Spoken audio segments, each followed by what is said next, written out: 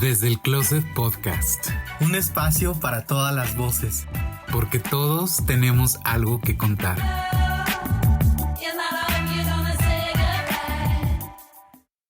Saludos a Hispanoamérica Radio. Gracias por retransmitir nuestro podcast.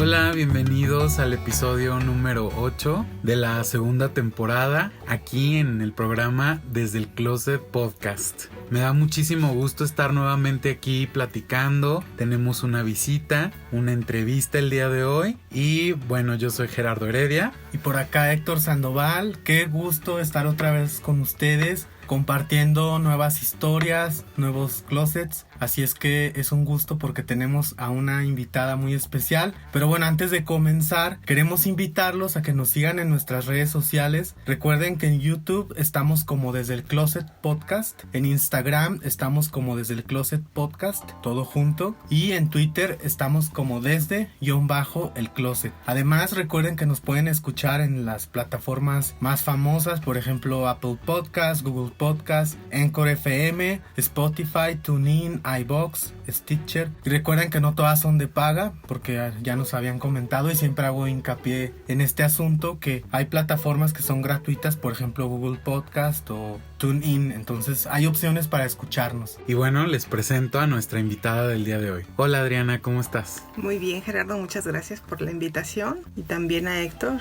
por estar aquí con ustedes con este diálogo. Vamos a ver qué sale.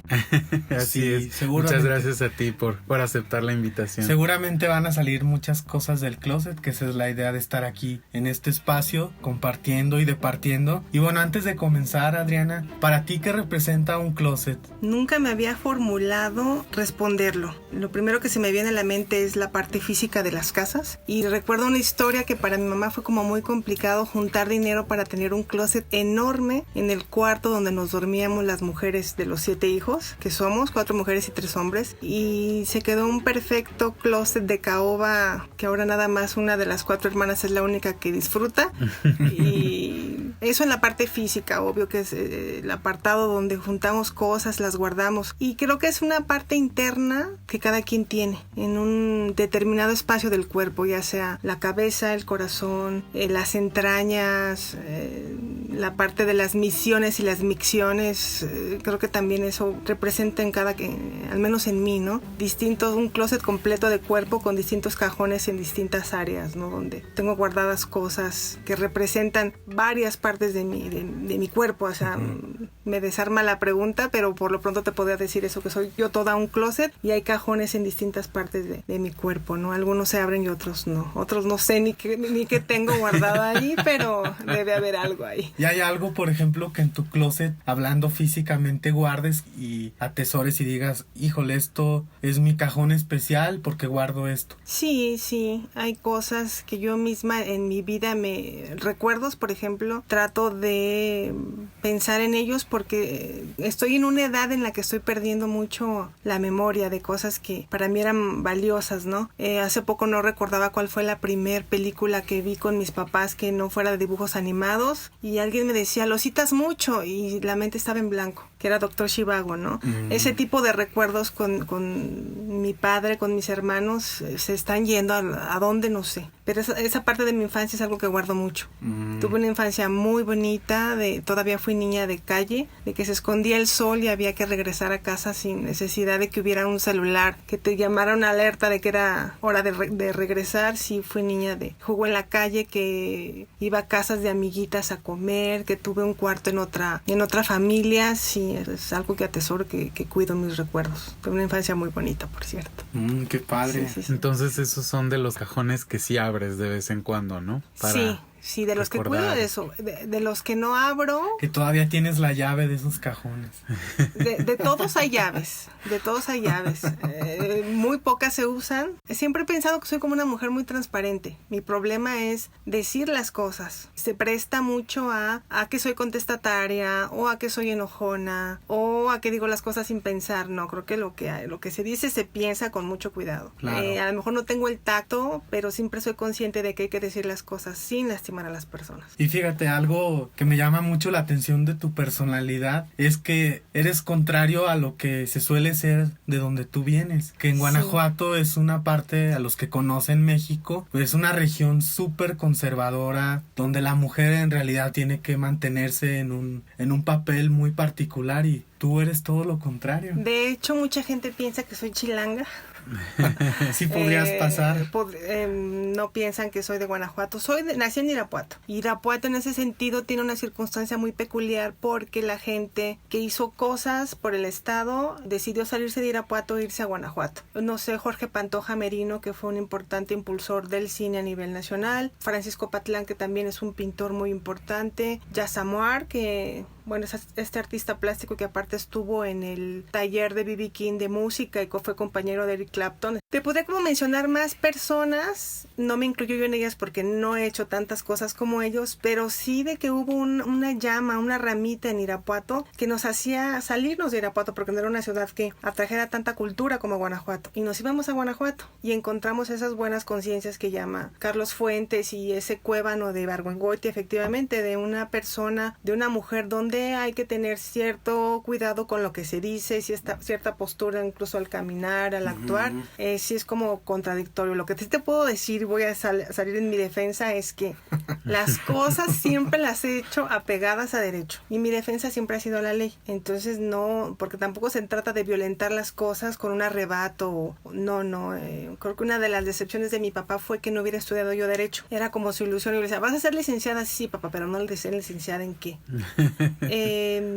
Carlos Fuentes escribió Las buenas conciencias en Guanajuato. Juan Ibáñez, que es el director de Los Caifanes, tenía familia en Guanajuato y hablaba mucho de ese Guanajuato tan cerrado, tan poco leído, en una ciudad católico. tan católico, efectivamente, que aún así nos ganan más los de León, que los de Guanajuato. Y fíjate que no dista tanto. Guanajuato a mí no me resulta tan lejano porque yo soy de Guadalajara. Y hay muchas cosas que comparte Guadalajara con Guanajuato. Como que históricamente tienen ahí, podríamos decir que hasta son como primos hermanos en cuanto a costumbres, la manera de cómo se dan los roles sociales dentro de la ciudad. Y fue significativo, ¿no? La circunstancia de la Guerra Cristera. Sí, claro. La Unión Nacional Sinarquista sigue todavía teniendo sus siglas en uno de los cerros ahí en Irapuato. Sí, eso es muy significativo, ¿no? El hecho, pues, de que tengamos una administración como la actual es también representativo de qué es lo que quiere la gente y cómo está pensando, ¿no? Y bien, antes de continuar con esta, que ya nos estamos adentrando más en tu persona, ¿nos puedes decir, para los que nos están escuchando, tu nombre completo, a qué te dedicas, de dónde eres? Bueno, ya lo dijimos. ¿Cuántos años tienes? Mis generales dirían en el Ministerio Público. Soy Adriana Sámano Domínguez, nací en la ciudad de Irapuato, Guanajuato. Estoy muy contenta este año porque pensé que iba a cumplir 50 años y no, voy a cumplir 49. Siempre me como un año, algo traigo por ahí atorado. Estudié letras españolas en la Universidad de Guanajuato y procesos editoriales en la Universidad del Claustro de Sor Juana. Me he dedicado de lleno a la edición de libros de corte universitario y me he dedicado todo el tiempo a leer lo que es la problemática de la producción editorial en las universidades y en general pues de la edición. Un tiempo di clases, pero no me gustaba mucho porque un día me puse a pensar, a ver, todos los días y cada año van a llegar los chicos de la misma edad, pero cada año yo voy a ser más vieja. Entonces son chicos que no les interesa el español, ni el taller de lectura y redacción, donde hay como no hay conciencia ni formación de algo. Un estudiante me dijo, yo voy a tener una secretaria de ortografía excelente y a mí no me interesa tener la ortografía impecable, para eso alguien lo va a tener, ¿no? Ese tipo de reflexiones me deprimían mucho de no quiero dar clases en una prepa. Y el mundo de la edición me llamó la atención porque estando en prepa por alguna circunstancia fui a Guadalajara justamente, Héctor,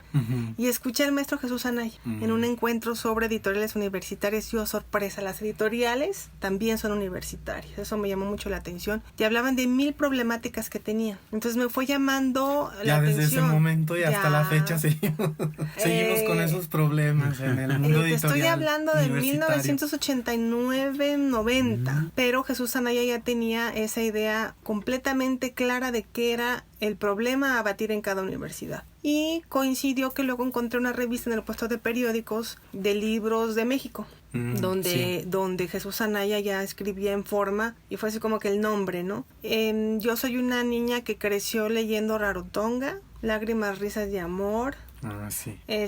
Los prohibidos eran Calimán y esos, pero la señora del puesto de periódicos nos rentaba las historietas, entonces ya había un negocio de renta de historietas, o sea, no te la podía vender porque eras menor de edad, pero te la rentaba, entonces teníamos acceso a ese tipo de lecturas. Y a una amiguita, su familia me pagaba para leerle a su abuela, y entonces yo tenía acceso a una biblioteca impresionante, porque en mi familia no hubo tantos libros. Mi papá leía mucho, pero no había tantos libros. Entonces, ¿tu acercamiento a las letras fue algo que se dio de forma natural por ti misma o sí fue algo un poco aprendido por alguien en tu familia?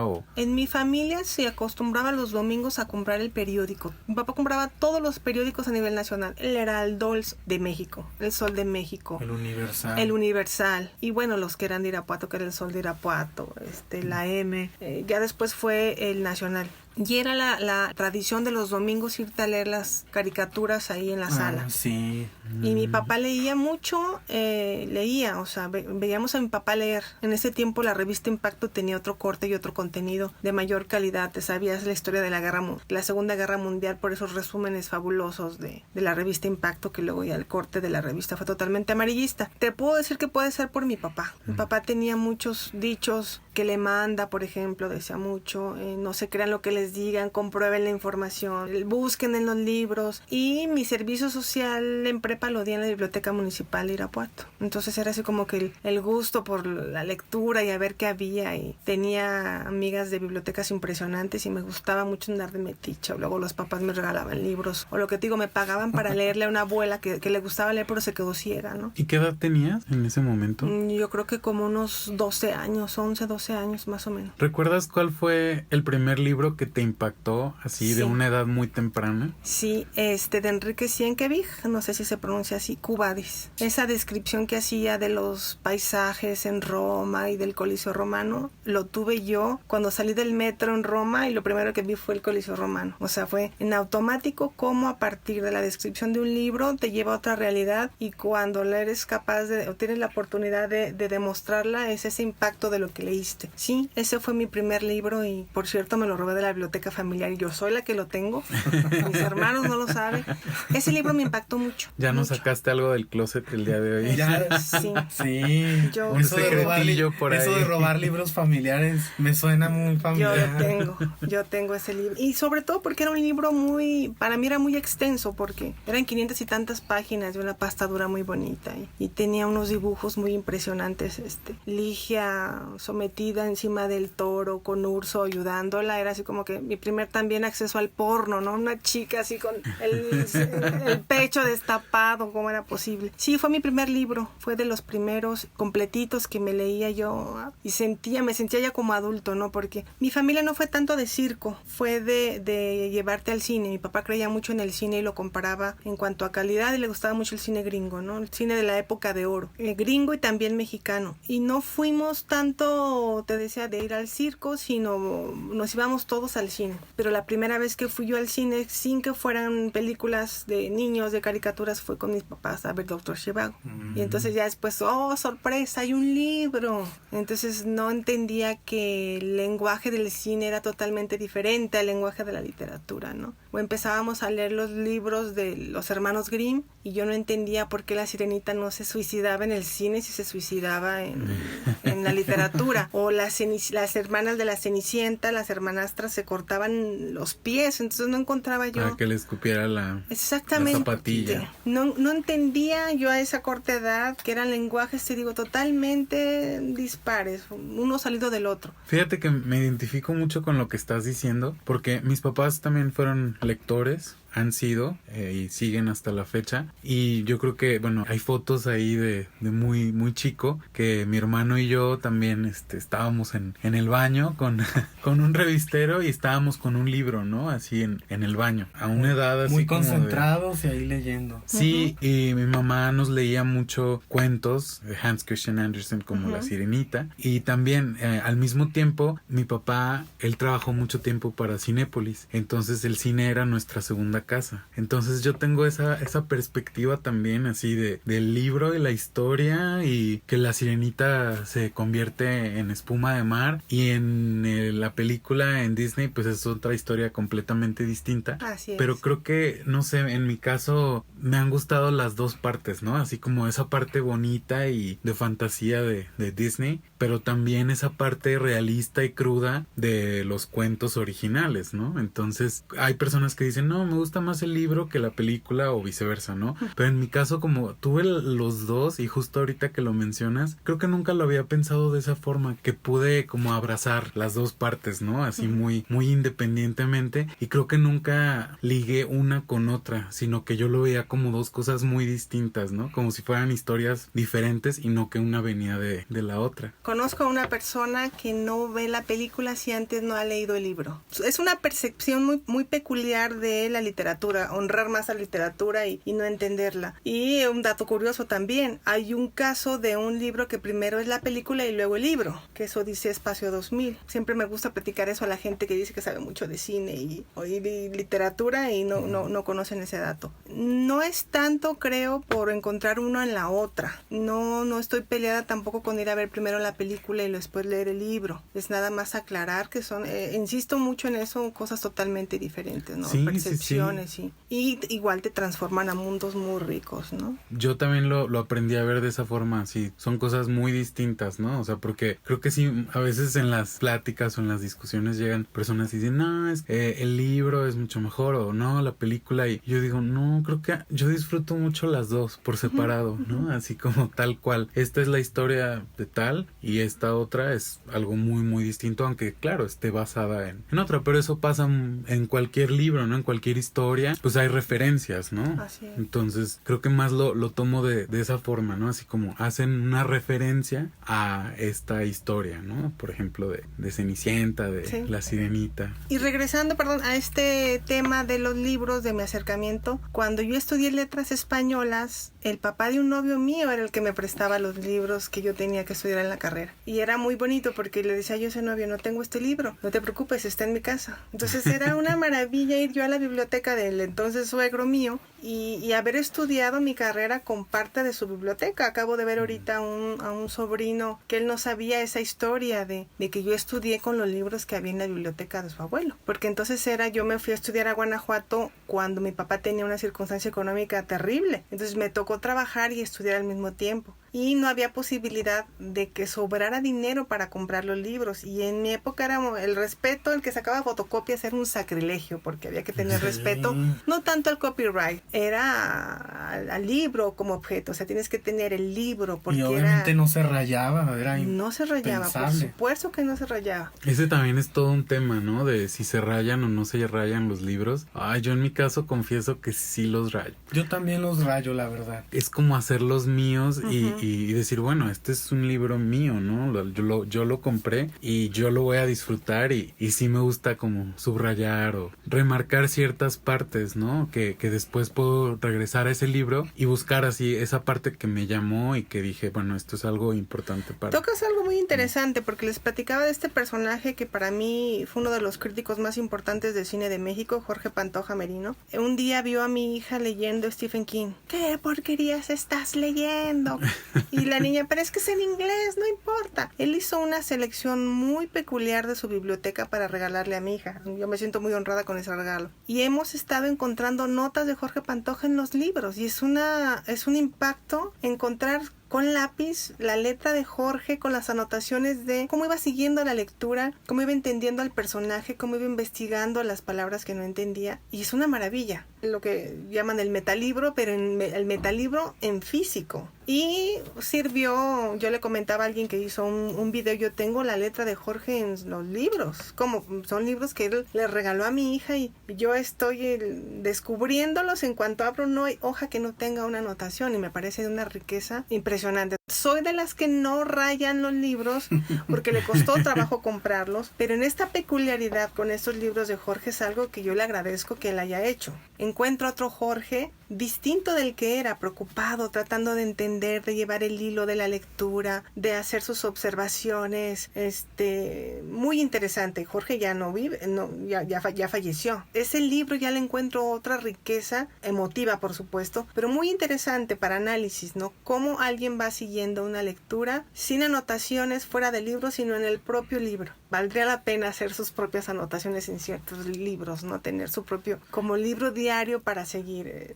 Y de alguna manera entenderíamos con esas anotaciones cómo pensaba el escritor tal y el lector. Te da una idea de cómo está entendiendo el libro la persona. Así es. Y digo, las anotaciones siempre y cuando el libro se pueda volver a leer, no que lo subrayes con negro y... Ajá. O sea, a eso me refiero con rayar un libro. Lo taches, ¿no? Sí, no. Que el libro pueda volver a utilizarse independientemente de las notas. Así es. Sí, pero eso, de hecho, mi abuelito, no sé si tú has visto, Sí, Héctor, sí, que sí. mi abuelito hace eso. Entonces creo que eso de ahí viene, ¿no? Así como que todos sus libros están rayados. Subraya y comenta algo, ¿no? Que él en su momento dijo, bueno, esto me parece así. Y exactamente cuando llega a nuestras manos con las notas de ese otro lector, dices, creo que esto está interesante, ¿no? Verlo desde esa perspectiva. Y a lo mejor tú tenías otra muy distinta, ¿no? Regresando un poco a lo que comentabas, naciste en Irapuato y te tuviste que ir a la capital. ¿Cómo fue ese cambio? ¿Cuál fue la razón principal y cómo te afectó a ti para que tomaras la decisión luego de estudiar letras? Bueno, mi papá se enojó mucho porque, les digo, la ilusión de él era que estudiara Derecho. Fue pesado porque no fui de las estudiantes, bueno, de entrada era foránea, no era de las estudiantes que disfrutara su estatus de eso, de estudiantes. Yo tenía que trabajar y estudiar al mismo tiempo. Primero, no tenía los 5 pesos para el café con las compañeras, y 2, no tenía el tiempo. Entonces tampoco... Yo estaba igual, de hecho, sí me pasó la carrera. Tenía que estudiar y trabajar. Pero gracias a eso se dio la posibilidad de que estudiando yo la carrera me invitaran a dar clases en la preparatoria de la universidad. Fue pesado, fue muy pesado. Trabajé de niñera, cuidaba a niños hijos de la orquesta sinfónica. Fui asistente de payasito. Tenía una frase que decía, amiguitos, voy a ir a la luna y les voy a traer una piedrita. Y me paraba, me fastidiaba un payaso. Nos iba muy bien, hasta eso que nos iba muy bien. ¿Qué hacías ahí? A ver, hay que ahondar un poco ya. El payaso tenía todo un show de magia, y entonces había una niña latosa que se paraba en la silla y pero eso era como para fiestas infantiles. Para fiestas infantiles. Entonces en ese tiempo no había como que animaciones de como ahora que como hay ahora en que sí, no, que pintas en un caballete y haces cositas así de con manualidades, no, cerámica, no. Repujado y todo. Y entonces yo era un asistente de un payaso. El payaso, o sea, te tenías que vestir y todo. Sí. ¿Y cómo era tu traje? A ver, cuéntanos. Pues eran unas trencitas como Pippi Longstocking, así rojas, y era todo mallas negras, faldita negra y una blusa como con muchas orlas así. Y entonces sí, era como el maquillaje de geisha y como cara de muñeca, ¿no? Pero entonces era muy padre porque como era toda blanca, yo decía, pues nadie me va a reconocer, ¿no? Y no, hasta eso que no. Nos iba muy bien porque nos daban de comer. Él tenía acceso a gente que le pagaba bien. Tenía todo un show de magia así con conejos y palomas. Y un día necesito, pues ayúdeme. Él era conocido de una amiga. Pero no era algo de lo que yo dije, trabajo yo de payaso en eso, no. Creo que mi familia no sabe esa parte. O sea, ¿no saben? No. Y yo esa frase la inventé porque como mi papá trabajaba en Banamex, nos llevaban a shows de payasos. Muy gringa la cosa, y entonces yo creo que fue mi primer plagio es haberle robado esa frase a un asistente de un payaso. La hice mía, pues, ¿no? No era plagio, era un homenaje. Una apropiación, dirían ahora. Sí. Te apropiaste de la frase y la hiciste tuya. Y entonces trabajé después, daba clases para una secundaria. Era una escuela de secretarias taquimecanógrafas. Chicas muy, muy humildes, de una directora relacionada con gente de la universidad, que era la que le daba como que el permiso. Era una escuela, dependía de la universidad, ¿no? Que tenía el registro de la universidad, pero las chicas no no tenían un sentido común, ni una conciencia de la historia, ni de nada. A ella le surgía saber taquimecanografía para ser secretarias de un buffet, y su máxima ilusión, a mí me daba como una presión en el corazón, era ser secretarias en la Universidad de Guanajuato. Venían de ranchos. Terminaba dando clases pues de cómo sentarse, cómo vestirse, cómo maquillarse, y era así como muy deprimente, porque esa es la base de una parte de un sector de la sociedad, y la ilusión es llegar a ser secretarios de la universidad, ¿no? O sea, lean, vamos a leer esto. No había tiempo de leer ni nada, ¿no? Y era una escuela de paga y era una situación muy rara, pero bueno, no había muchas opciones donde trabajar siendo estudiante, ¿no? Y di clases de español para extranjeros. Ahí tengo una anécdota muy bonita, porque una vez un amigo, un estudiante noruego me dijo, a ver, yo pago tanto por una clase que comparto con más gente, pero quiero que tú me des la clase a mí, y lo que le pago a la escuela, te lo pago a ti. Entonces dije, perfecto. Y abrieron el restaurante El Truco en el centro, y un día le dije al dueño, oye, necesito una mesa para dar clase. Me dijo, sí, vente. Mira, yo lo que te puedo ofrecer es que mis estudiantes terminen su clase a la hora del almuerzo y ya se quedan contigo a almorzar. Entonces yo tenía una mesa en el restaurante donde daba mis clases, y ese noruego fue mi amigo, Trond Grande. Empezamos a dar clases, nos hicimos muy amigos, nos empezamos a escribir cartas. Esta tradición de las cartas viene desde ese novio que les platico que su papá estudié con la biblioteca, porque como yo me fui a estudiar a Guanajuato, yo le escribía cartas porque era la manera de yo tener contacto con él. Entonces yo llegaba el lunes, le escribí una carta que le llegaba el martes. Entonces teníamos una relación epistolar, a pesar de que era Irapuato y en Guanajuato, pero era muy interesante porque le platicaba cosas de una especie de diario. Hoy me deprimí porque no alcancé a hacer la tarea por ir a trabajar, y él escribía muy poco, pero de lo que se trataba era de mantener el canal abierto. Sí. Y de que estuviéramos juntos. Y el papá nos mandó a hacer un buzón, porque en una ocasión a él le llegó una carta, limpiaron el patio, la carta se mojó, se hizo un show, y entonces el papá mandó a hacer el buzón especial para las cartas que llegaban. Entonces yo tenía esa tradición de escribir cartas. No, sí, mi suegrazo, ¿no? Sí, aparte que te prestaba los libros y todo. No, sí.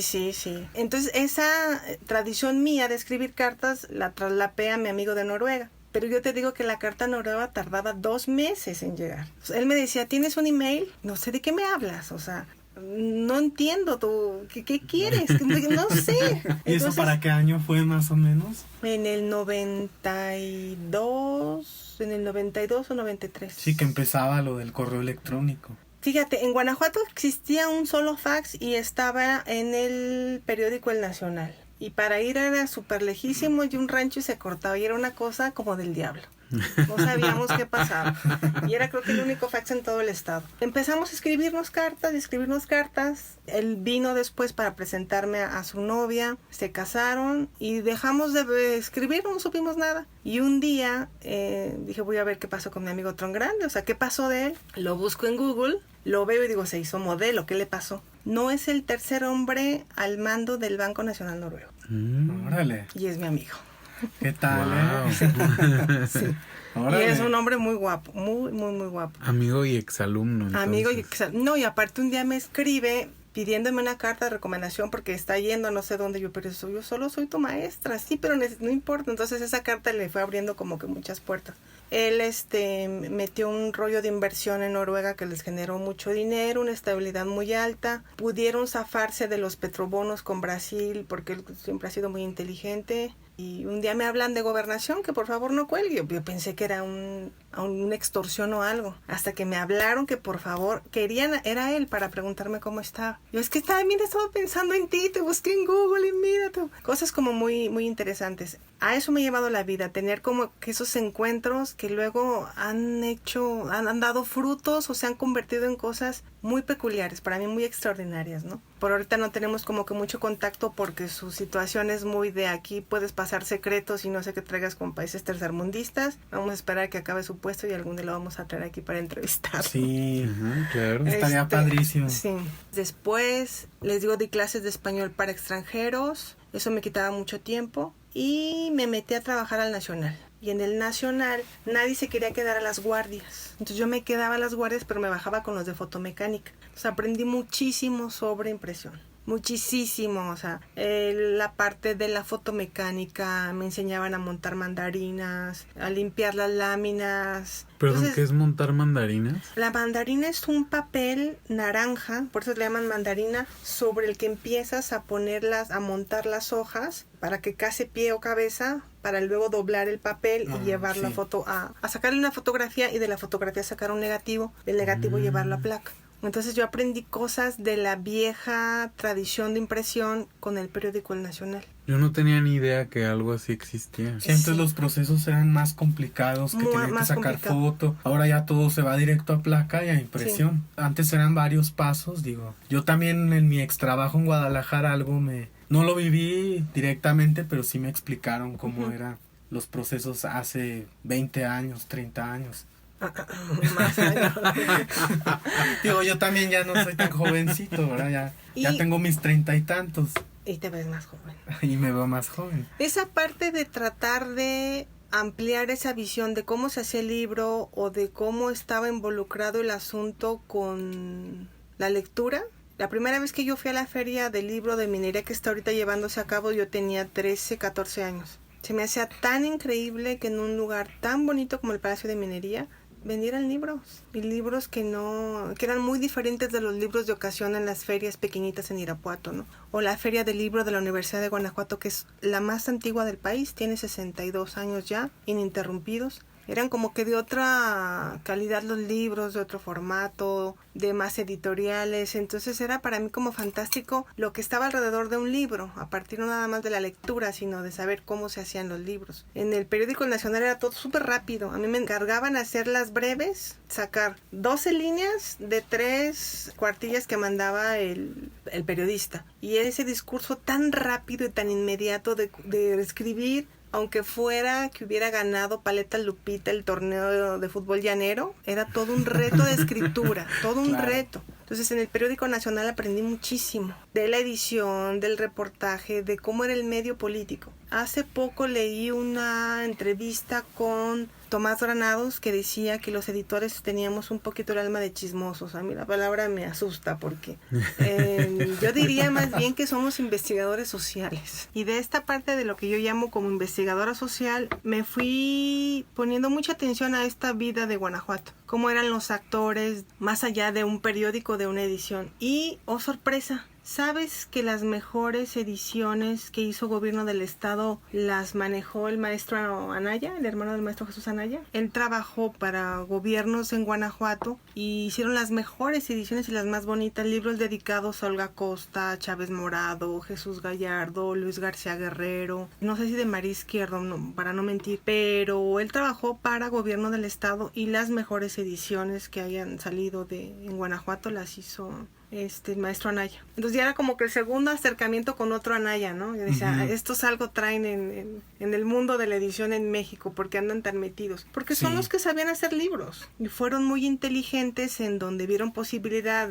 independientemente de quién los hiciera, de sacar buenas ediciones de libros. Unos libros en pasta dura bellísimos, de formatos muy grandes, que no se han vuelto a hacer, Que igual a veces no se trata de temas de presupuesto, sino más bien como de qué tan creativo eres para resolver una situación con un libro. Así es. No es presupuesto, es como si sabes manejar el tema, el asunto, sacas un buen libro. Yo siempre he pensado que en el caso de las universidades, de lo que se trata en cuanto a áreas editoriales es de voluntad, porque hay presupuestos que se destinan para muchas cosas. En México no existió como ese respeto al libro académico. Creo que se hizo valioso cuando CONACYT empezó a decir que ese libro que no tenía ICBN no era libro, y se empezó a normar la parte de los ICBNs, de las páginas legales, de si eran compendios, esta parte pues de lo que te marca la Ley Federal de Derecho de Autor. Pero es una parte muy importante, porque en el caso de las universidades ya di el salto para allá. Nosotros no nos regimos por circunstancias del mercado. No. Cuánta cosa llega a veces a la mesa de un editor universitario, es cuánta cosa se imprime. No hablo de procesos de selección y de calidad, pero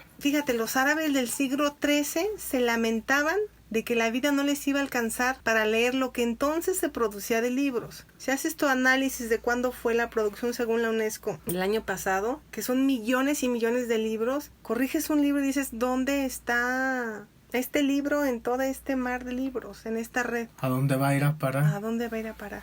Pero las estadísticas en cuanto a nivel también de lectura en un país que no es lector, significa que los 60 libros que ustedes leen al año se reparten entre los que no leen. Y entonces sale la famosa media del 2 punto y tantos libros al año. No hablemos de esas cosas porque nos vamos a deprimir. Sigamos pensando en que hay que hacer libros para tener un mercado académico que impulse un mejor aspecto social, un área más educada en la gente. Pero yo a veces digo, yo a mi edad ya no leo ciertos libros. Fíjate que fuimos a una plática en la UNAM acerca de libros. Fue en lo de El libro y la rosa en la UNAM. Uh-huh. Y tocaban este tema de las estadísticas de lectura en México. Alguien por ahí hizo un comentario en el público acerca del precio de los libros, ¿no? Y que bueno, la ponente estaba diciendo que bueno, existen las bibliotecas, existen muchas formas para leer, ¿no? No solamente comprando el libro. Pero otra de las personas que estaba ahí hizo un comentario, híjole, que para mi gusto es muy desatinado. Y dijo algo así como, ay, pues si todo el mundo pagamos Netflix y vamos al cine, ¿cómo no vas a tener para comprar un libro? Y todos nos quedamos con cara de, ¿es en serio lo que estás diciendo? ¿Cómo puedes hacer un comentario de este tipo, no? O sea, y sobre todo en una universidad como la UNAM, dijeras, estás en la Ibero, pues yo creo que hasta le celebran el chiste, ¿no? Voy a decir lo que hizo un importante investigador en México, que ha fallecido. El problema de la universidad pública es que cualquiera puede llegar a ella. Entonces no te sorprenda ese tipo de comentarios porque lo tenemos. Yo tuve un autor, estaba corrigiendo un libro y al ver que existían tal cantidad de niños, decidieron hacer 2 grupos. Uno de niños masculinos y otro de niñas. Entonces yo me reí y alguien me dijo, no, tienes que tenerle respeto al texto, es de una autoría y es una vaca sagrada. Tienes que irla a pedir, a sugerirle que le cambie. Entonces yo muy humildemente en mis primeros pininos de corrección en la editorial, maestro, no, te prohíbo que lo corrijas porque así se oye más chingón. Y así se quedó, un grupo de niños masculinos y uno de niñas. Entonces dices, es la universidad pública y era un... No, sí, a mí me ha pasado, me tocó corregir un libro y yo la verdad yo no conocía al autor y lo corregí lo que yo consideré que tenía que hacerse y no, hombre, me escribieron y me dijeron que la persona esa es una autoridad y que todo eso que yo le había corregido pues que no era posible y pues sí, así pasa en la universidad, hay autoridades y vacas sagradas que no puedes tocar ni con el pétalo de una corrección. Así es. Eso es donde dices, bueno, sí hay que tener cierto respeto y no sé qué criterio aplicar, el que no fueran lineamientos aprobados por todos, donde te diga, así como profesor, tú le exiges a un estudiante un ensayo con determinada calidad, sujeto, verbo, predicado, notas bibliográficas, referencias a pie, ¿por qué no puedes tú hacer lo mismo? No te inventes fórmulas, ¿no? Por ahí hay quien dice que el camino al infierno está tapizado de adverbios. Una fórmula básica de sujeto, verbo, predicado. Mi maestro Dr. Flores Aguilar, que fue una persona que también tuvo mucha influencia en mí, él decía, mire, estas son sus mismas pendejadas, pero bien escritas. Eso era la definición de corrección. Sus mismas pendejadas, pero bien escritas.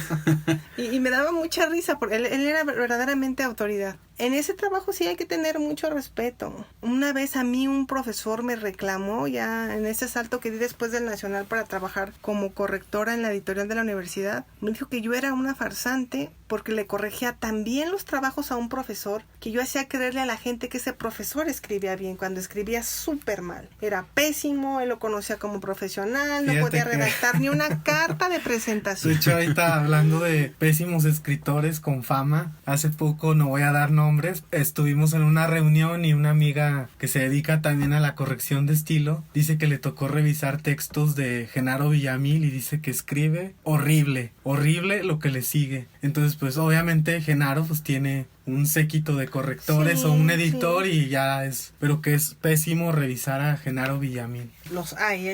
Yo soy buena, por ejemplo, para detectar cosas. Cuando corrijo, digo, esto ya lo he leído. Y me regreso hasta, aquí está. O sea, usted está repitiendo el copy-paste, se le barrió en este otro capítulo. Y lo que me dijo acá ya lo dijo en esta parte. Pero siempre con esa humildad, ¿no? Es de, usted es el que aparece como autor. No, ese hombre iba indignado. Sí. Dije, a ver, espéreme, no soy farsante, soy excelente correctora. Me precio de decirlo tanto y ese es mi trabajo. hacer que el hombre se luzca, y eso es un área editorial. Y además tocas un tema como las áreas editoriales de las universidades siguen controladas por hombres. Son muy pocas la participación femenina. Bueno, yo al menos en donde yo estoy, en realidad hay muy pocas mujeres, son más hombres los que manejan todo eso. Es un dato curioso. En el caso de la Universidad de Guanajuato, tuvo un impulso muy impresionante con una mujer, Margarita Villaseñor. Le apostó a publicar plumas que después fueron un éxito. Tomás Segovia, Eduardo Lizalde, Gorostiza. ¿Quién en los 70 se hubiera atrevido a publicarle a gente que no era conocida a la Universidad de Guanajuato por esta persona? Creo que en el caso de la Universidad de Guanajuato es un caso muy peculiar, porque sí ha tenido mujeres. La primera, te digo, fue Héctor Flores Aguilar, alias el Muerto Flores. Una mujer que se llamaba Lidia Cervantes. Me estoy saltando, pero los que más recuerdo: Benjamín Valdivia. Mucho antes, Margarita Villaseñor, Norma Rosas Mayén, Cecilia Candiani, Cecilia Barreto, Adriana Chagoyán, Adriana Sámano, servidora. Ha tenido más mujeres que hombres. Lo que sí te puedo decir es que el éxito ha sido más con administraciones de mujeres. Margarita Villaseñor, actualmente Elba Margarita Sánchez Rolón. Yo siempre les digo que las Margaritas les vienen bien a las editoriales por el caso, y el mío. El mío, porque en un año sacamos 97 libros y se disparó la producción. Así, el problema, bueno, yo se los dije, yo hago libros, no los vendo, hagan algo con las bodegas, que esa es otra. La rentabilidad del libro universitario no está en lo que tú consigues de venta por unidad, es en la capacidad que tú tienes de hacer rolar ese libro para que haya más lectores potenciales y tengan acceso a lo que tu comunidad, tu capital intelectual está produciendo. Lo que reviste las universidades son sus publicaciones. A la gente no le importa cuántas líneas de investigación y generación de conocimiento hay en una universidad, ni cuántos SNI, ni qué publican las universidades. Entonces yo siempre se lo he dicho, a ver, usted quiere lucirse con su igual de cualquier universidad, restréguele en la cara lo que usted publica, las ediciones que usted hace. ¿Qué le va a regalar? ¿Una charamusca de Guanajuato? o una cerámica de San Luisito en la cara? Una foto en el callejón del beso. En la cara, una buena edición de lujo. Y usted le diga, mira, esto hacemos. Nada de números de SNI ni estadísticas, algo tangible, un libro. Que para eso se necesita pues una inversión, ¿no? Yo tenía un rector que me decía, ¿qué libro le puedo regalar a este congreso? Notas prácticas sobre las crías de cabras, que fue un texto que a nivel Sudamérica tuvimos impresionante un éxito. Química organometálica de los elementos de transición fue el segundo escrito en español en toda Latinoamérica. Está bien, hay mercado para eso, pero su libro de lujo, su edición bonita de Horas y Callejones, de Tesoros de la Universidad, háganlo. Ahorita hay un buen impulso muy grande con este rectorado. Le pese a quien le pese. O sea, independientemente de los problemas que estén pasando, hay un rector que está impulsando porque está creyendo en el libro. Y eso implica una garantía de una mejor calidad. ¿Qué es lo que pasa? Pues las editoriales también están controladas por sindicatos. ¿Qué significa? Que tú tienes un horario de 8 a 4 de la tarde, 8 horas diarias. ¿Cuánto puedes revisar en 8 horas si el promedio de revisión son de 10 hojas por hora? Pero el trabajador tiene que salir al baño, tomarse su hora de almuerzo, respirar, comer, platicar la circunstancia del día, la noticia, y entonces cómo les exiges, ¿no? Pero sí ha habido impulso por el libro universitario. En mi época fui a presentar el famoso examen del Fondo de Cultura Económica. Para mi director fue decepcionante que yo sacara 8.4. Yo, pero estoy en el récord de las que sacamos 8.4. No, pues pensé que ibas a sacar un 10. Era un examen muy difícil, donde tenías que hacer con marcaje de pruebas una corrección así impecable, inmaculada. Y cuando fui a hacer el examen, me acuerdo mucho que estaba don Alicho Macero sentado. Una anécdota muy bonita. Bueno, me deprimía mucho antes, ahora digo, yo la viví. Y el pobre Alicho Macero, el escritor, estaba sentado con una hoja en blanco volteando al cielo. Maestro Eli, ¿qué está haciendo? Pues es que me llegó un oficio de recursos humanos y la licenciada de recursos humanos dice que mi expediente está incompleto porque no tiene mi currículum. Me van a dar de baja de la nómina. Entonces estaba así impresionante. En ese tiempo estaba María Luisa Armendáriz, de directora del Fondo de Cultura, y María Luisa, al maestro Ali le están haciendo eso. La tonta o tonto de recursos humanos, que vaya a la Enciclopedia de México y saque una fotocopia. El maestro no se acordaba de nada, y pues no sé qué poner.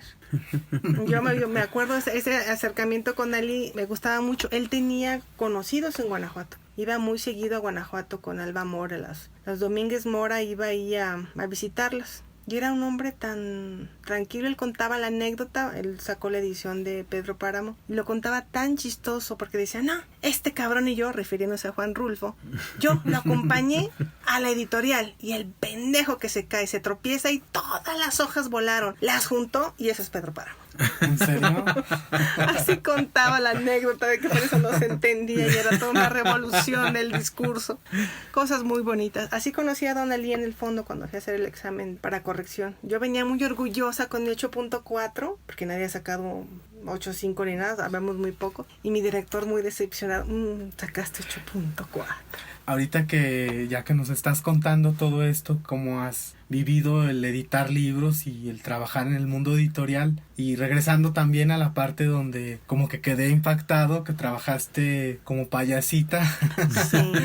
¿Crees que para ser editor y para el mundo editorial es necesario el humor? Sí, el humor es importante, un muy buen sentido del humor, pero también un muy buen carácter. La firmeza de poder decir que un libro no es pertinente es muy necesario en un país de pocos lectores y de muchos libros. En el caso de las universidades, pues están los comités académicos, los comités editoriales, pero cuando no, si un libro no es pertinente, no hay que sacar un libro. Y entonces tienes que tener la firmeza de decirle al autor cuál es la relevancia de su libro. Ya investigó cuántos libros sobre el mismo tema están escritos, qué lectores reales hay para ese libro y no potenciales. Después se me va a leer mi abuelita, me va a leer... No, lectores reales.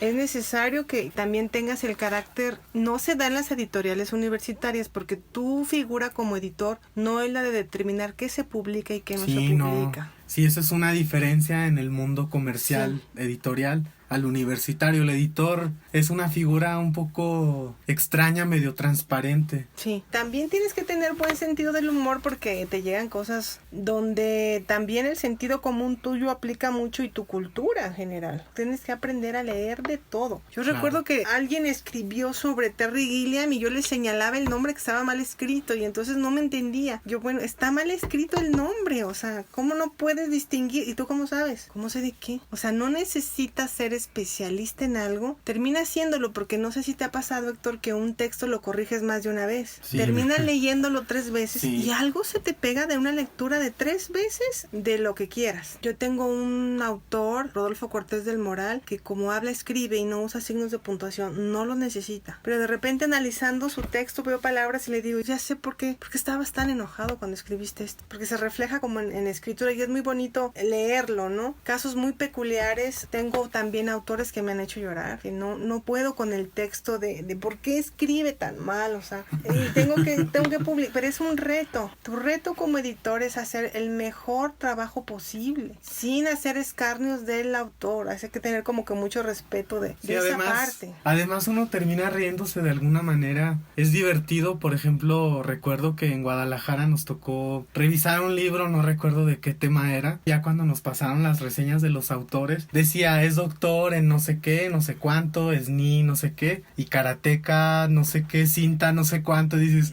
¿qué onda? Esto es el humor a todo lo que da. Es que de repente los académicos, queriendo y no, nos llevan al humor. Un humor involuntario. Adriana, hace un momento comentabas acerca de la feria de minería y que has estado inmersa en esta feria por mucho tiempo. ¿Cómo has visto el cambio? El primer acercamiento fue como público, te lo dije, como 13 años. Y después, cuando ya trabajaba yo en la Universidad de Guanajuato, nos llegó de rebote un oficio. Primero invitaban al Instituto Estatal de Cultura a hacer... Guanajuato fue estado invitado. Y notificaban al Instituto Estatal de Cultura. Alguien no leyó bien el oficio, lo dejó por ahí aventado. Y nos dijeron a nosotros como universidad, dijimos, nos vamos, pero encantados. Y éramos 4 estados invitados, un stand completo en la parte de abajo. Yo recuerdo mucho que llevamos tibores de Dolores Hidalgo, muy tradicionales de Salamanca, unos nacimientos de cera. Tratábamos de llevar lo más representativo. Vendimos muchísimo. Fue impresionante. Después conseguimos un espacio en la parte de las universidades. Lo que te digo es que cada vez va más gente y se venden menos libros. Pero sí se venden. Minería yo le tengo mucho cariño por lo que te platicaba hace rato, ese recuerdo del entrar por primera vez a un palacio, encontrar libros que no encontrás en otro lado, pero es una feria muy cansada porque el edificio es muy cansado. Es un edificio que hay que cuidar mucho, no puedes usar diablitos, ya están protegiendo los barandales porque la gente pues encima sobre de ellos para ver quién estaba abajo en el patio. Es cansado, la Ciudad de México es cansada a la altura y trasladarte tampoco es como sencillo, pero hay mucha demanda en materia editorial y está como más organizada por los estados que están invitados y por las áreas como están ya ubicadas. Hay más ordenanza en esa circunstancia de las filas que te van llevando para la firma de libros. Hay más cuidado de los días que pueden entrar los niños, porque luego los maestros invitan a los niños a ir a la feria y los niños van a robarse lo que pueden, porque tienen que demostrar, y digo robarse porque de repente hay cosas de promoción que no son de regalo y se las llevan, y entonces como que no hay control. Sí, eso es clásico en las ferias de libro. En Phil, por ejemplo, es clásico que llegan a los stands a pedir, ¿qué me regalas? Yo me acuerdo que eso es clásico en las ferias. Pero más que me regalan es también ¿qué me puedo robar? O sea, vas a una feria, el premio es ¿qué te puedes robar? En el sentido de mira lo que me traje de la feria, no importa qué libro sea, ¿no? Yo me acuerdo que un niño se robó un libro de un análisis sobre pi en no sé qué variante de matemática y dice, ¿para qué te va a servir el libro si no tiene ninguna utilidad? Pero es lo que vas y te traes de una feria, es el premio. O en la FIL Guadalajara también, esas broncas que se daban entre colegios el día que se abrían las escuelas y las peleas que había entre un colegio y otro al interior de la FIL también fueron como muy famosas un tiempo en FIL Guadalajara, ¿no? FIL Guadalajara me tocó también casi los inicios donde no se paraba nadie. Hay gente que decía, no, esta feria nació exitosa. No. Pero, sí, porque sí venden esta idea, ¿no? Que esa feria nació exitosa. No había partes donde no había nada. Y nosotros nos ofrecían como universidad que fuéramos y era así como que, ¿para qué? O sea, ¿para qué? Porque, vamos, era la mentalidad del administrador. ¿Para qué voy a pagar para ir a vender libros? Pues porque es una feria, o sea, es un negocio. Y es sigue proyección siendo un negocio para la universidad y todo. Es proyección. Es una feria que tampoco me pierdo cada año y es diferente. Hace poco, Astrid Velasco, ella comentaba que se le hacía muy pesado venir a minería. Y Gerardo Clos le contesta, sí, es muy pesado porque tienes tu vida normal y aparte tienes que trasladarte a la feria. Y en la FIL Guadalajara no, en la FIL vas a la FIL y nada más es la FIL. Sí.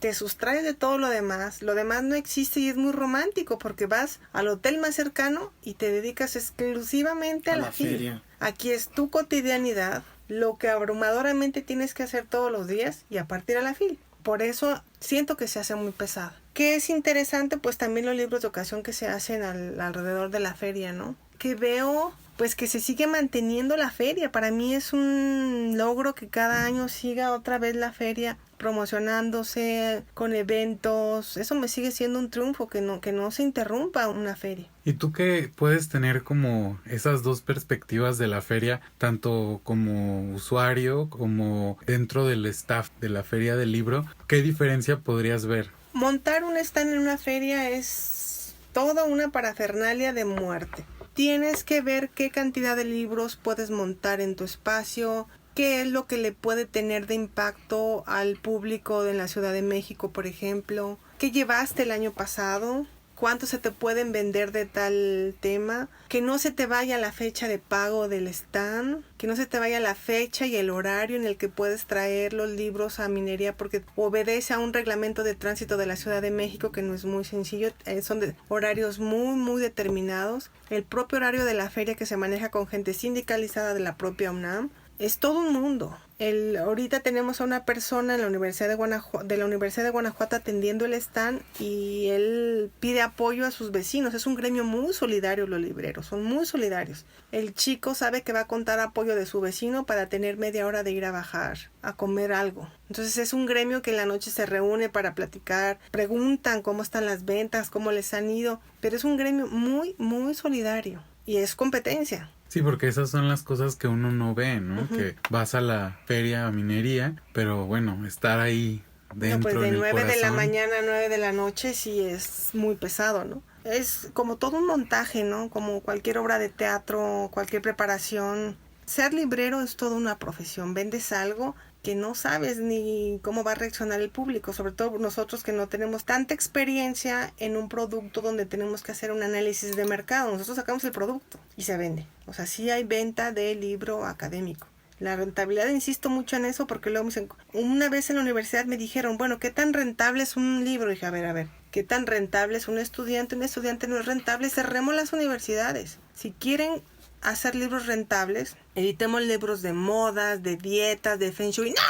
No es nuestro propósito. De youtubers. Qué bueno que se indignan. No es nuestro propósito esa línea. Para eso están las editoriales comerciales. Exactamente. Pero sí conocí a una chica, no recuerdo de qué colegio era, a ella le exigían determinada venta al mes o la corrían. Y entonces imagínate la presión de generar libros, de hacerlos, de producir y aparte de venderlos. Las áreas comerciales de las editoriales universitarias son áreas muy nuevas. Son muy pocas las universidades que tienen claro un factor de comercialización para aplicarlo a su libro. Cuando te dicen que el libro es un bien nacional, pero en el caso de las universidades es tener accesible el conocimiento que se produce en tu universidad hacia afuera. Los libros son un mundo, sean universitarios, comerciales, es un mundo muy rico y muy bonito. Adriana, ya para cerrar esta plática contigo, me gustaría que nos comentaras cómo puedes llevar tu vida personal con tu profesión como editora, si es fácil o es difícil llevar a la par tu vida personal con tu familia, tus hijas y teniendo éxito profesional, el cual pues lo tienes. El libro es una cadena, un eslabón, una línea completa. Cada eslabón mal formado te atrofia la cadena completa. Creo que esta sistematización que aplicas en la corrección de los libros, no sé si te ha pasado, Héctor, que empiezas, primero corrijo esto, luego esto, la vas aplicando a tu vida. Vas empezando, bueno, mis pagos, teléfono, agua, luz, gas, cosas prácticas, cocina, recámara, limpieza, actividades vespertinas de las niñas y vas haciendo como tu checklist, igual como en los libros. Pero en mi caso, por ejemplo, sí te puedo decir que cuando fui encargada de la editorial de la Universidad de Guanajuato, a mí me costó un divorcio. Y sí hubo alguien que me dijo, se trata de trabajar menos y coger más. Lo digo tan cruelmente, pero 97 libros en un año no se hicieron solos. No, es muchísimo. Es muchísimo. Entonces, esa parte tan de dedicación, tan de tenemos que hacer las cosas, si no, las áreas editoriales en el caso, bueno, si te lo puedo decir, hay muy pocos conflictos porque la gente está dedicada a un trabajo que si no lo hace, no avanza el otro. Entonces hay buenas como clima laboral en las áreas editoriales. Porque te digo, hay muy poco tiempo para el chisme, hay muy poco tiempo para el conflicto. Y es lo mismo que te pasa en tu vida familiar. Te vas como sistematizando a traslapar lo que haces en los libros como lo haces en tu vida. Nada más que dices, espérame, ya no voy a sacar 97 libros. No te puedo decir que no fueron de calidad, fueron de calidad. Hubo una colección que fue dictaminada externamente, que fue un exitazo, es de lo mejor que se ha producido porque se dictaminó externamente y es de calidad en cuanto a grado académico. No de que se hayan producido tantos libros porque fue numérico, no fue de calidad y de cantidad, pero no lo haría yo ahorita. Ahorita se puede hacer porque es un mundo. Esta nueva administración de la Universidad de Guanajuato tiene una coordinación dedicada para una cosa, para otra. Y yo antes me dedicaba a corregir los libros, a supervisar toda la parte para salida a imprenta, a recogerlos de la Ciudad de México de la imprenta, a cargarlos, a montarlos en la feria del libro, a pintar el stand, a montarlo, a venderlo. O sea, era tu trabajo de todo el día. Todo el día. Por eso te costó un divorcio. Pero me costó que la demás gente se dedicara a hacer lo suyo, porque también organicé coloquios. Oye, llámale a fulanito. No, tú mi trabajador, persona a mi mando, siéntate como público a este evento que organicé y vente con tu mejor gala y vámonos al brindis, porque también te toca hacer lo que no te corresponde. ¿Cómo le exiges a alguien que tiene un sueldo muy bajo que haga un trabajo extra si no le puedes pagar horas extras? Pero alguien tenía que hacer el trabajo, ¿no? Entonces, no me arrepiento, no, son ciclos. Fue un libro mal hecho, pues fue un matrimonio mal hecho. No se puede hacer como un reproceso. Fíjate que justo lo que contestaste creo que era lo que yo esperaba escuchar, porque hablábamos de este tema en un episodio anterior, de el responsabilizarte de las decisiones. Entonces creo que tras bambalinas, así lo que platicamos, me dio esa impresión que eres una persona muy consciente de sus decisiones, y al hablar un poquito acerca de tu vida personal, pues dices, sí, claro, he pasado por ciertas situaciones, pero yo lo veo que lo haces como con esa conciencia, ¿no? De que, pues claro, yo sabía fue una lo que decisión le que iba yo a tirar. tomé, yo quise dedicarle tiempo a esto y pues estoy consciente que a lo mejor pasó esto otro dentro de mi vida personal, ¿no? Me agrada que de tu personalidad que tengas esto que no muchos tienen, Adriana. Ay, pues gracias. El hacerse responsables de sus decisiones, híjole, es algo que de verdad Prefieren te caer en la- aplaudo. Gracias, público, los amo. No, Que bueno. es fácil caer en la queja Sí, y decir, sí. ¿por qué me pasa esto a mí? No. Si es algo que uno decidió a entrarle. Hay muchos casos de universidades que parten de la queja. Yo soy víctima del sacrificio humano. Estas manos han hecho tanto por el mundo editorial. A mí nadie me enseñó lo que sé. No, eso es evadirse y lo veo en función de quien lo dice y su producto editorial. Tu producto viene de una queja, no has revisado esto, no se refleja. Para mí, un editor habla por su propio trabajo, que es un trabajo tangible, ¿sí? El que ve la rata la mata. Sí. Y no ha habido ese trabajo, nos hacemos víctimas del sacrificio humano. Yo no sé si porque queremos la palmadita, el apapacho o el presupuesto. Yo nunca he sabido de alguien que consiga presupuesto así. Nosotros en la editorial ganamos hace años 1,208,000 pesos y era muchísimo dinero. Era así de vamos a comprar escritorios, sillas. Yo me acuerdo, un escritorio ejecutivo, fue muy criticada. Yo quería una mesa grandota para tener dónde corregir, dónde tener la computadora, dónde recibir a la gente. Y no era un asunto de soberbia, pero empiezas a escuchar a los demás y dices, no, tú necesitas escucharte, no criticarme. Escucharte a ti mismo para saber tú en qué andas, no yo. Yo no soy el enemigo a vencer, eres tú mismo, con tus cosas y con tus acciones, no yo. Sí tuve problemas en mi administración porque a un rector le dije, no puedo sacar lo que me estás pidiendo. Y nadie obliga a lo imposible. No puedo yo quemar a mi gente. Bueno, ¿qué hago? Y yo, ¿cómo les digo que se queden a trabajar? Tú propón.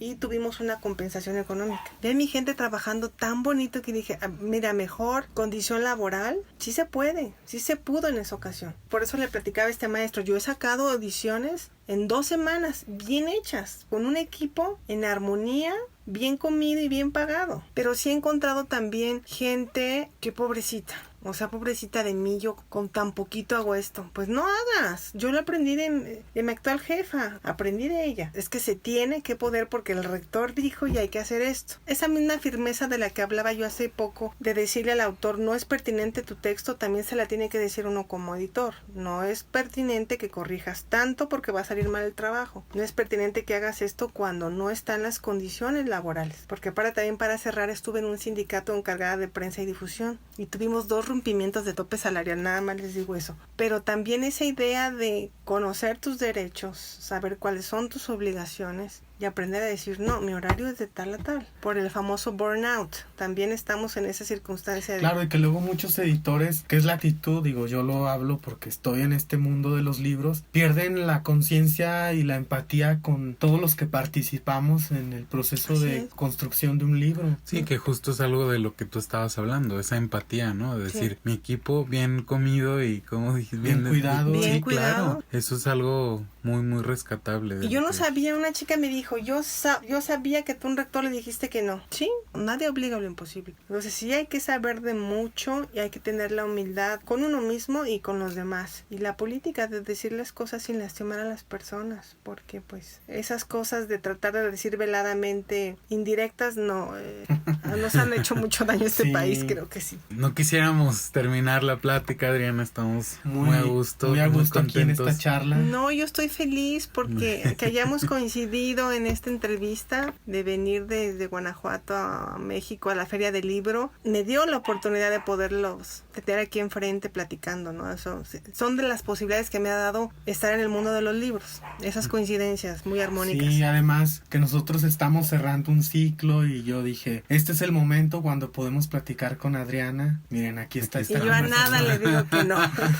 Y bueno, antes de irnos, nos gustaría que sacaras una carta del tarot para ver qué te comunica. Muy bien.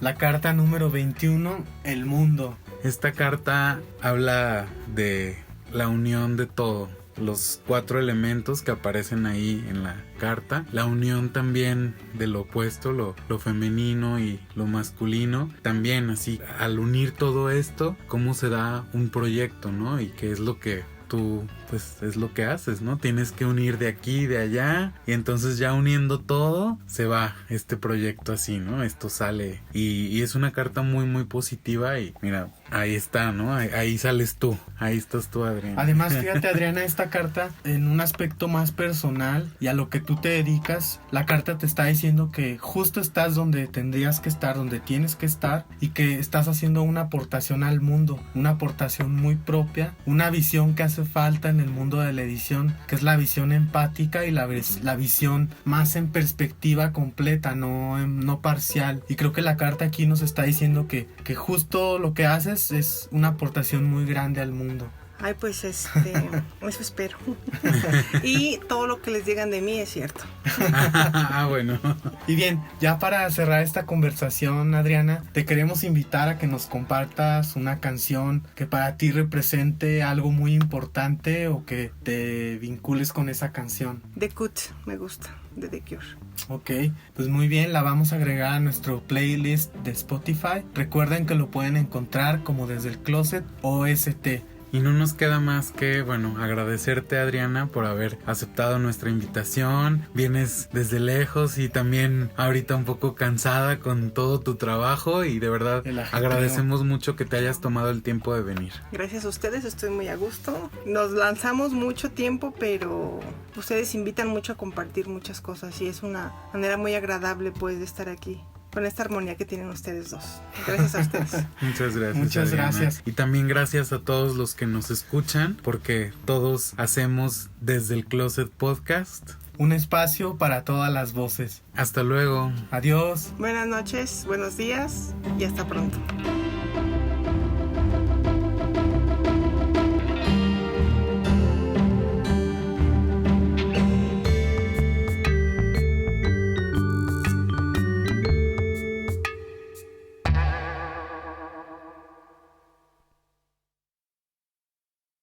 Saludos a Hispanoamérica Radio. Gracias por retransmitir nuestro podcast.